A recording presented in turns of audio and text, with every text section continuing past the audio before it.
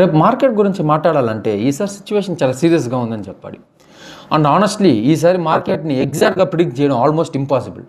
Friday close తర్వాత మనం data చూసుకున్నట్లయితే గిఫ్ట్ నిఫ్టీ ఆల్మోస్ట్ 290 పాయింట్స్ నెగిటివ్లో క్లోజ్ అయింది, అరౌండ్ 1.2% డౌన్. ఇది క్లియర్గా మనకి చూపిస్తుంది సెంటిమెంట్ వీక్గానే ఉంది అని. సో ఫస్ట్ ఇంప్రెషన్ ఏంటంటే రేపు గ్యాప్ డౌన్ ఓపెనింగ్కి ఛాన్సెస్ కొంచెం స్ట్రాంగ్గానే ఉన్నాయి. కానీ ఇక్కడ ఒక ఇంపార్టెంట్ పాయింట్ అర్థం చేసుకోవాలి. మార్కెట్ అంటే మ్యాథ్స్ ప్రాబ్లం కాదు కదా, ఎగ్జాక్ట్లీ ఆన్సర్ ఉంటుంది అని. ఎస్పెషల్లీ ఇలాంటి గ్లోబల్ టెన్షన్ టైంలో మార్కెట్ కంప్లీట్గా అన్ప్రెడిక్టబుల్గా బిహేవ్ చేస్తుంది. మెయిన్ రీజన్ ఏంటంటే గ్లోబల్ సిచ్యువేషన్.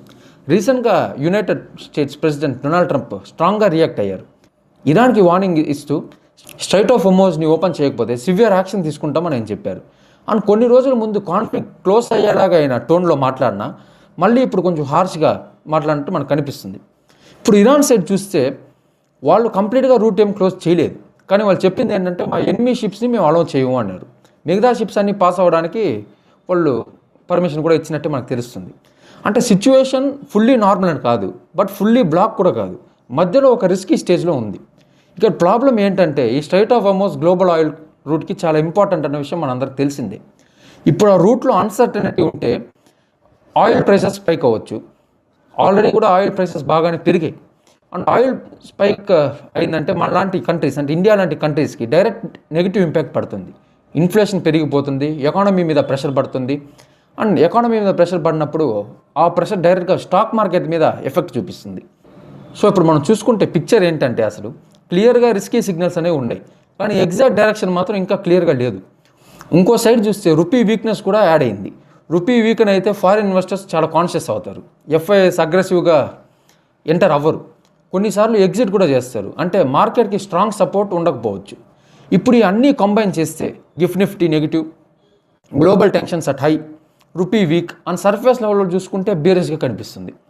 కానీ ఇక ట్విస్ట్ ఏంటంటే మార్కెట్ ఆల్వేస్ లాజిక్ ఫాలో అవ్వదు. కొన్నిసార్లు వరస్ట్ న్యూస్ ఉన్నా కూడా మార్కెట్ ర్యాలీ చేస్తుంది, కొన్నిసార్లు పాజిటివ్ సిగ్నల్స్ ఉన్నా కూడా ఫాలో అవుతుంది. సో రేపు ఎగ్జాక్ట్గా ఏం జరుగుతుందో ఎవరు 100% చెప్పలేరు. అండ్ ఎవరైనా డెఫినెట్గా మార్కెట్ ఇలా మూవ్ అవుతుందని చెప్తే అది ఓవర్ కాన్ఫిడెన్స్ మాత్రమే. నా ఆనెస్ట్ వ్యూ ఏంటంటే రేపు గ్యాప్ డౌన్ ఓపెనింగ్ రావచ్చు, కానీ ఆ గ్యాప్ డౌన్ తర్వాత ఏం జరుగుతుందో అన్ప్రెడిక్టబుల్. ఇమీడియట్ బౌన్స్ బ్యాక్ కూడా ఉండొచ్చు, లేదా సెల్లింగ్ ఇంకా కూడా కంటిన్యూ అవ్వచ్చు, లేదా ఫుల్ డే సైడ్ వేస్లో కూడా మూవ్ అవ్వచ్చు. చాలామంది ట్రేడర్స్ ఇక్కడ ఒక పెద్ద మిస్టేక్ చేస్తారు. ప్రిడిక్షన్ మీద డిపెండ్ అయ్యి వాళ్ళు ట్రేడింగ్ అనేది చేయడం, ఇన్వెస్ట్ కూడా కొంతమంది చేస్తారు. కానీ మార్కెట్లో సర్వైవల్ ప్రిడిక్షన్ వల్ల రాదు, రియాక్షన్ వల్ల వస్తుంది. స్మార్ట్ ట్రేడర్స్ ఏం చేస్తారంటే వాళ్ళు ప్రిడిక్ట్ చేయరు, వాళ్ళు రియాక్ట్ చేస్తారు.